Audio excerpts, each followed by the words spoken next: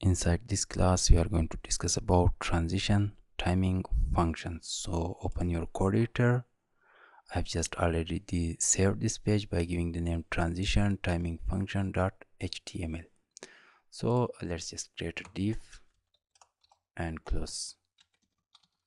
Assign a class of parent, and inside this div we are going to create another div, one more div. This is called a class of child. You have two class, parent and child. Let's select the parent, Control C, go to your css.parent, open curly braces. The first thing you can just set for the parent, as you know, the position is relative, and you can just set the height for this, something like 50 pixel, and the background for this, let's just white background. You can save this, go to your web page. Now you can see the height is 50 pixel and the background color is white. So this just for the parent class. Now we can just select the child, Control C, go to your css.child. So open the curly braces. For the child element we have the position absolute, and the width, you can just set the width for this to maybe 50 pixel. Yes, 50 pixel is enough. Height 50 pixel, and you can just say from the top 0, from the left you can just set on a 0. So let's just add a background color for this background, just a red background for this. You can save this and refresh. Now you can see we have just a red background here. So if you want, you can change to blue, to brown, to any other color if you want to change. So I'm just going to use here transition duration. I'm just giving the time 3 seconds, and you can say just the transition property, and just apply this on the left, not float, sorry, on the left element. I'll just explain this for you. And the transition timing function, you can just put this on the linear for right now.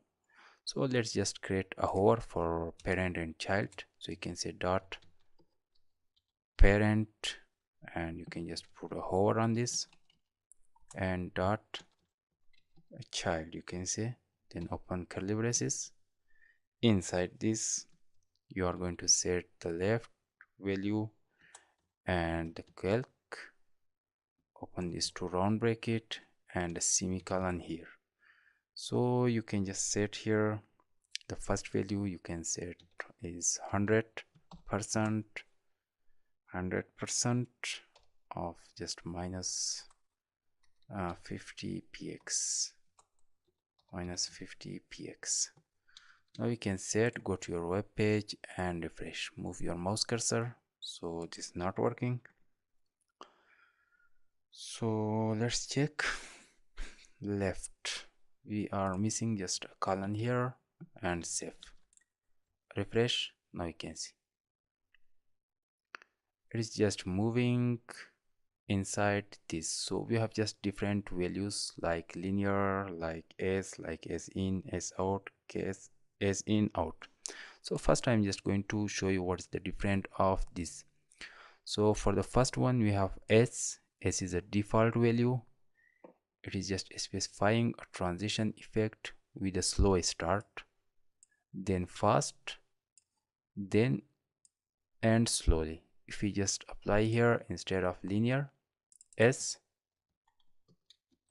so you can just focus, it will start with a slow start, then fast, then end slow. You can save, come here and refresh. Now I want to move my mouse cursor inside this right. You can see slow, fast, slow. First you can see it is slow, once again it is slow, then fast, then slow. So this is just the s property that we have used here. So what is the definition for linear?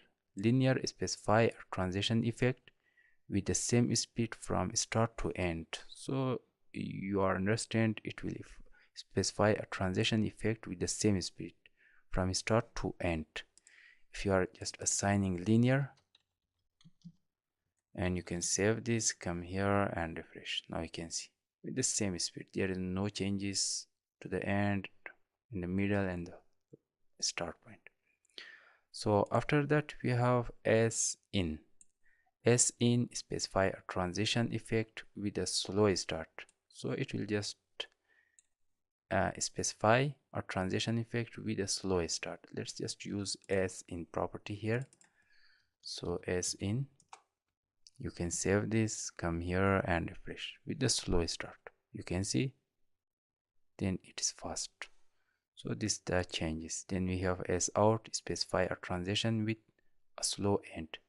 So this is the difference between as in and as out. In as in we have a slow start, in as out we have a slow end. So as out, and you can save a refresh. Now you can see slow end. Yes, this just working perfectly. Then in the last we have as in and out. As in out, specify a transition effect with a slow start and end. So let's just use here as in hyphen out.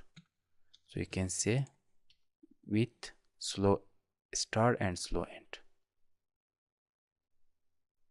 And this that difference, you can just take a screenshot from this, and you can read as default value specify a transition effect with a slow start, then fast, then end slow.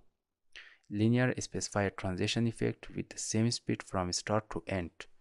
As in specify a transition effect with a slow start. As out specify a transition effect with a slow end. As in out specify a transition effect with a slow start and end. So these are just the small differences between these all. You can see. So this called transition timing functions. So I hope you understand it is clear for you, and you are just enjoyed watching this video. So try to watch the video and please do some practice. Have a nice time and see you.